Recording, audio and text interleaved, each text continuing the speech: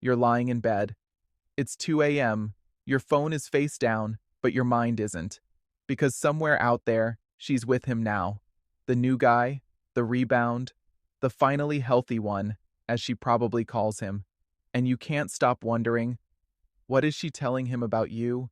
You picture it, her on his couch, legs tucked in, wine in hand, that soft, vulnerable voice she used to use with you.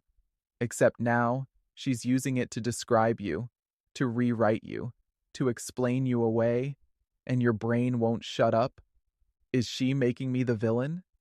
Did I really mess it up that bad? Why does she get to move on so easily while I'm still stuck? Was any of it even real? You're not crazy, bro. You're not weak. You're not too sensitive. You're feeling the most psychologically brutal part of being discarded by an avoidant, the part where she rewrites the entire story of you, and you don't get a single line of defense. But here's the truth nobody is telling you. She's not telling him the real story. She can't. Because the real story would force her to feel everything she's running from.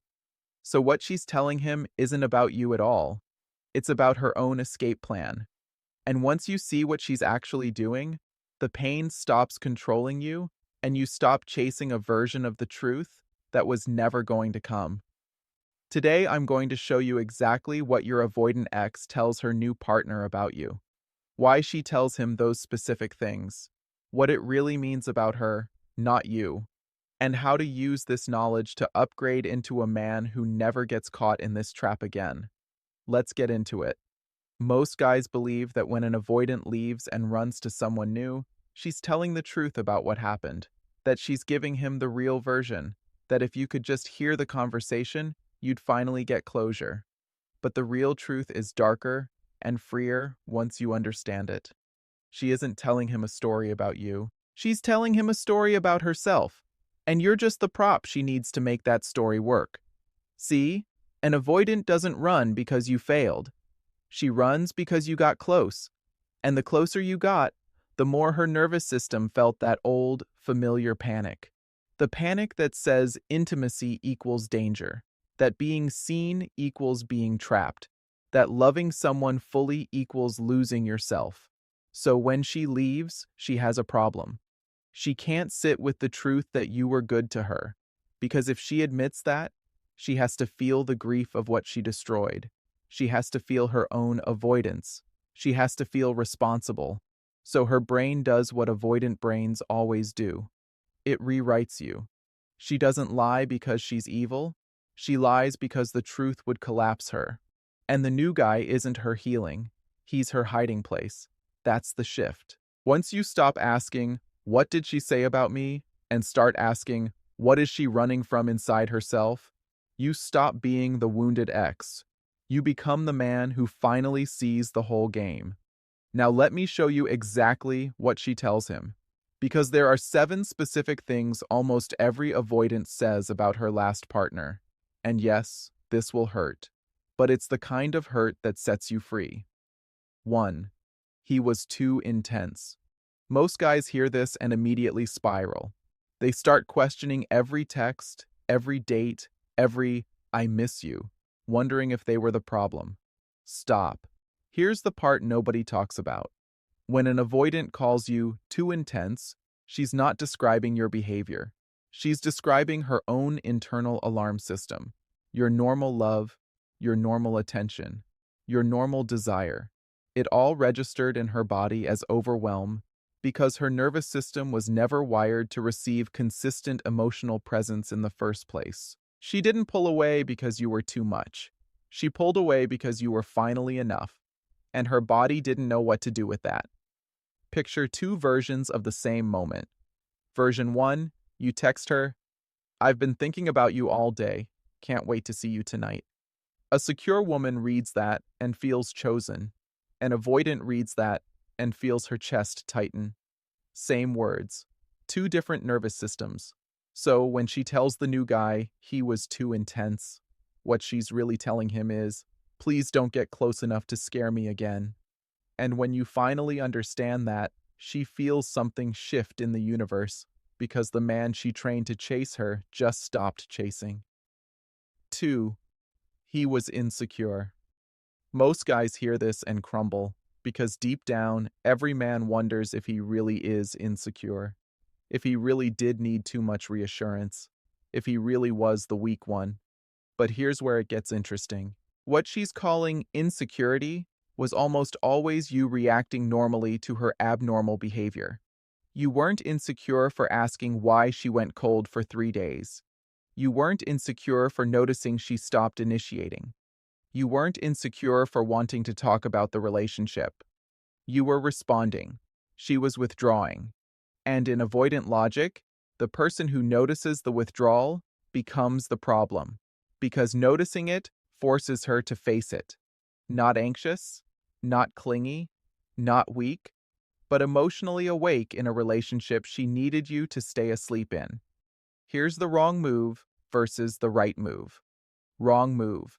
Spending the next 6 months trying to prove to yourself you're not insecure. Building a fake version of I don't care energy to win some imaginary argument with her. Right move. Realizing that your awareness was never the flaw. Her inability to be seen was. Her gut is saying, he saw too much of me. That's not your weakness. That's your power. And when a man stops apologizing for being emotionally awake, she feels something inside her go quiet. The part that used to control him is just gone. 3. It was toxic. This one stings the most, because toxic is the modern-day character assassination. One word and suddenly you're a red flag in every story she tells for the next 2 years. But here's what changes everything. When an avoidant labels a relationship toxic, 9 times out of 10, she's not describing abuse. She's describing the friction created by her own inconsistency. The pull and push, the hot and cold, the closeness she invited and then punished you for accepting. Not toxic, not abusive, not dramatic, but emotionally inconsistent in a way that made you respond like any human being would. She remembers the arguments. She doesn't remember what triggered them. She remembers your frustration.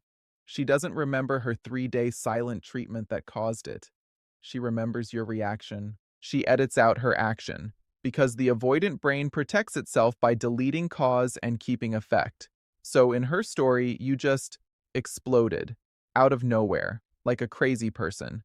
And when she tells the new guy it was toxic, what she's really saying is, I can't yet face the part I played, so I need a villain to make this make sense. Your job isn't to defend yourself to people who weren't there. Your job is to become so grounded that the word toxic coming from someone running from intimacy means absolutely nothing to you, because that's when she feels it.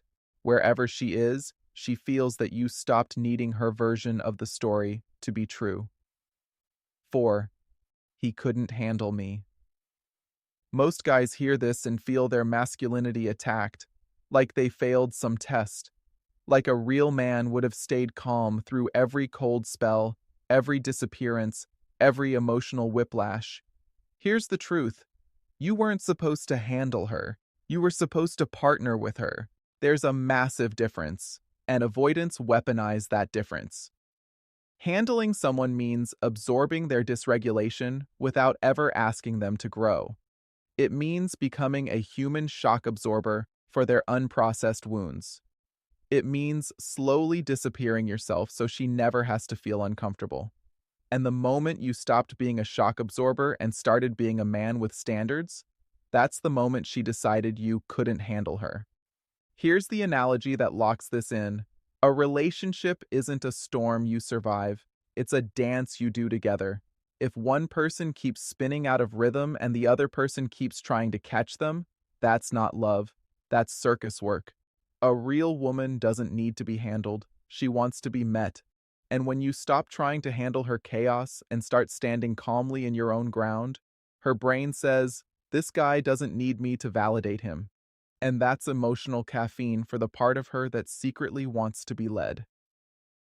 5. I never really loved him. This is the one that destroys men, because if she didn't love you, then everything was a lie. Every I miss you, every late night talk, every time she cried in your arms. Bro, listen carefully. She loved you. As much as she was capable of loving anyone in that season of her life. The problem isn't that the love wasn't real. The problem is that her capacity for love was capped by her avoidance. When she tells the new guy, "I never really loved him," she's not reporting a fact. She's performing a ritual. It's how she gives herself permission to be present with someone new without feeling guilty about you. It's how she rewrites history so she can sleep at night. Not a confession, not a memory, not the truth, but a survival sentence she has to tell herself to keep moving. Don't argue with the rewrite. Don't text her screenshots of old messages. Don't try to remind her of the trip you took or the night she said she'd never felt this way before. That's what most guys do. And it never works, because you can't logic someone out of a story they need to believe. Instead, become the man who knows what was real, even when she has to pretend it wasn't. That quiet certainty is the most magnetic energy on Earth, and somewhere down the line, when she's alone again, that's the version of you her mind will return to. 6. He was obsessed with me. Translation: you were present, you were attentive, you showed up. And here's the part most guys miss completely. Avoidants describe healthy attention as obsession because anything more consistent than crumbs feels like a flood to them. You weren't obsessed. You were just emotionally available, which, to someone allergic to intimacy, looks identical to obsession. Not obsessed, not desperate, not clingy, just present in a way she wasn't ready to receive. Picture this. You text good morning 3 times in a week. To a secure woman, that's sweet. To an avoidant in flight mode, that's, he won't leave me alone. Same behavior, different nervous system, different story to the next guy. The lesson here isn't to become cold. The lesson isn't to play games. The lesson isn't to suddenly act distant to seem mysterious.